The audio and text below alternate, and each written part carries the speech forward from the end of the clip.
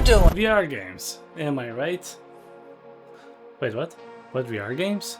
Please make a video about the best VR games that are out there? Well, sure. Here's my totally biased top 10. Enjoy! In a very particular order and based entirely on my playtime and how much I personally enjoyed it, we have on 10th place beamng Drive. I know, straight away with the heavy hitters I see. No, but hear me out. This whole video is going to be a hear me out, isn't it? First of all, it has a VR mode. Second of all, I got my driver's license entirely because of this game, so I owe it some. And third of all, it's just so much goddamn fun to race in beamng, especially in VR. It's in 10th place though, because beamng does get your Vulkan engine together. Not really a fan of slideshow FPS drops, but maybe it's just me though. In my opinion, when it comes to racing sims, this is still the best out there.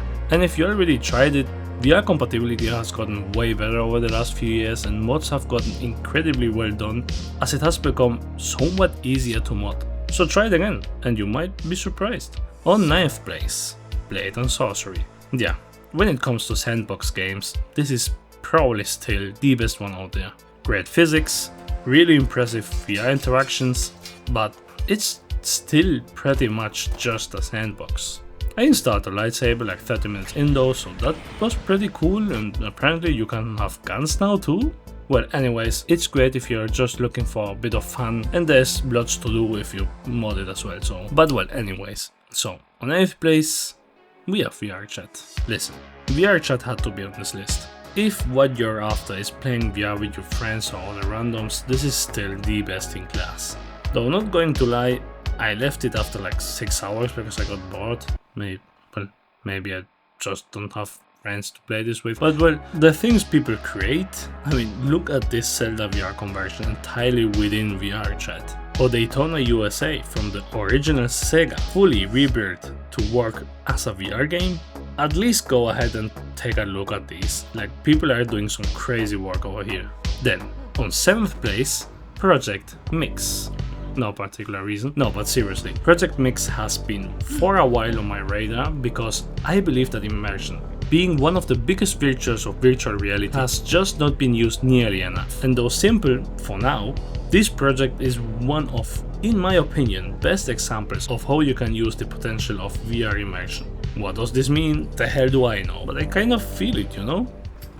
I like this chill dog. There is only a demo right now, so not too much to play, hence why it's just 7th place, but still, if this is done right, I think there is a lot of potential here.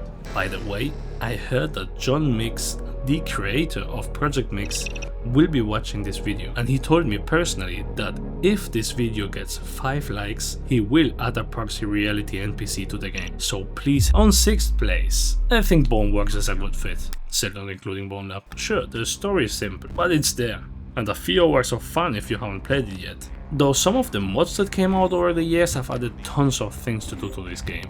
It did go a bit too overboard on the physics in my opinion, making the game just feel entirely too clunky sometimes, but I do still find myself coming back to it every now and then. I think it deserves this spot, still a good game. Now, on 5th place, iFly. You know what? No, Alex is getting a promotion. I'm downgrading Metro VR to 5th place. Oh Vertigo Games, you have such a gem on your hands and such a beautiful gameplay, yet you fumbled so hard. Why did you have to limit its potential so much? The world building, the interactions, the weapons, just so nice. And then, that's it.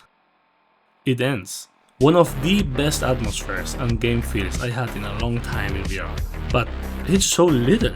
I don't want to call it a tech demo, because it really isn't. But you really are left asking for more. I mean, we got a piece of VR heaven right here, and then it got immediately taken away. Anyways, it's an amazing time still, so please go get it. Alright, now we get to 4th place, Half-Life Alyx. You already played this game, so no need to explain how good of a game this is. If you haven't, well, then you know what to do for the next 12 hours. If you did though, again, mods. I really like mods too. Are entire new games that aren't even close to the base game anymore. Just as with vrchat, the mods in here are entire sublists of full games you can play.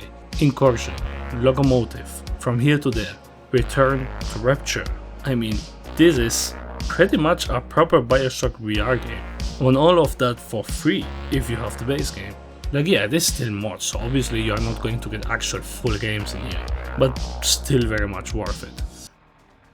But I do have to give third place to Lone Echo. I guess I am a bit biased because it was one of the first full games I have played in VR. It also introduced me to Echo VR, rest in peace. This game is one of the few nowadays that fully grasps what a VR game should be. As said, immersion is a huge factor for VR, and I must give you my controversial opinion here. But I do feel like Lone Echo does it much better than Half-Life does. So I do need to say, if you haven't yet, play it. And if you already did, give it another go. Like honestly, this game has a lot of gameplay that you just don't get anywhere else, and with how dry VR has been lately, I feel like reminding us what a proper VR game should look like is pretty much important. Well, next, for place 2, I must give it to Fallout VR. My recent Fallout video already went deep into why I ranked it so high, but in short, it's literally a full VR RPG, where you can truly roleplay in the post-nuclear apocalyptic ruins of a former 1950s themed nuclear-powered society. What is there not to love? Everything I said above, the interaction, the immersion, the gameplay, everything is here. And an RPG, I have to say, is the ultimate expression of what a good VR game should be.